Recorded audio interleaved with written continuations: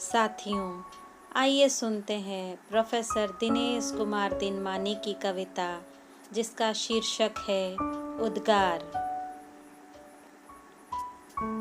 ए मानव सभ्यता के इतिहास के महानतम कलंक, क्रूरता की पराकाष्ठा, विध्वंस का यह कैसा जटिल प्रत्यय तेरे मस्तिष्क में कहाँ से आया?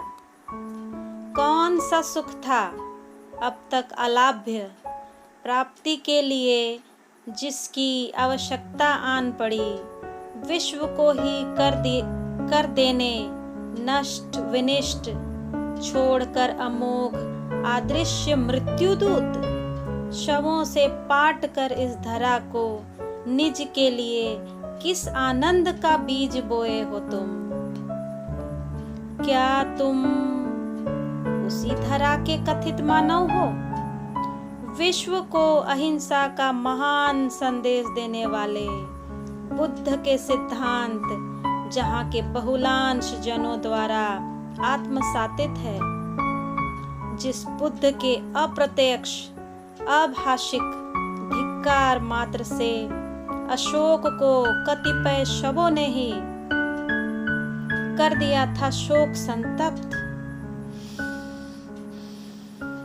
त्याग के लिए जिन्हें कर दिया था विवश अपने विशाल साम्राज्य को और बना दिया था एक भिक्षुक।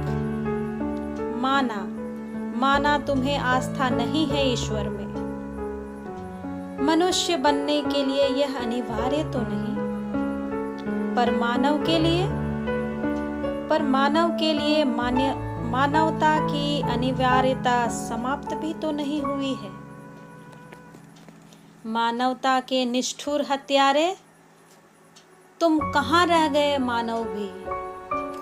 तुम्हारे विष व्याप्त हृदय में मानवीय संवेदना शव बन चुकी है पहले ही।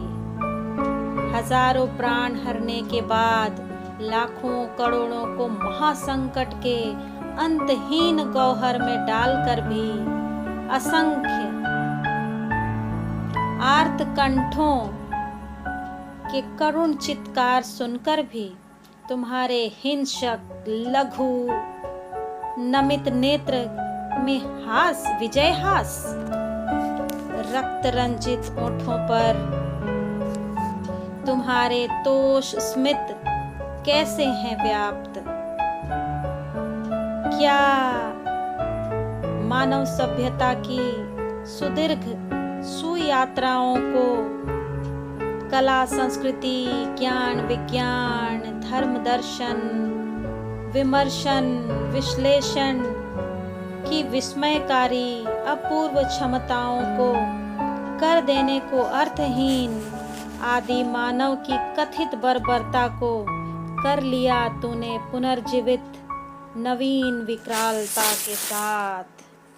ए कराल महाव्याल, साम्राज्य विस्तार की महाविनाशक विकट क्षुधा ने आज बना दिया है तुम्हें विश्व मंच पर एक अभूतपूर्व भयानक खलनायक। तुम्हें इस विश्वासघात कृत्य के बाद भी यदि मानव प्रजाति बची रही निशेष, तो मानव सभ्यता के इतिहास में कलंकित शमशान दृश्य कलुषित अध्याय पर अपमानित अक्षरों में तुम्हारा नाम कुख्यात हत्यारों के स्थान पर होगा, जिसे चाह कर भी नहीं मिटा सकोगे तुम, और ना ही तुम्हारी उपधरा की आने वाली अनंत संभवतः लज्जित पीढ़ियां। साथियों, आप सुन रहे थे अनीता महतो के द्वारा दिनेश कुमार दिनमानी की ये झकझोरने वाली रचना। मैं हजारीबाग से, धन्यवाद।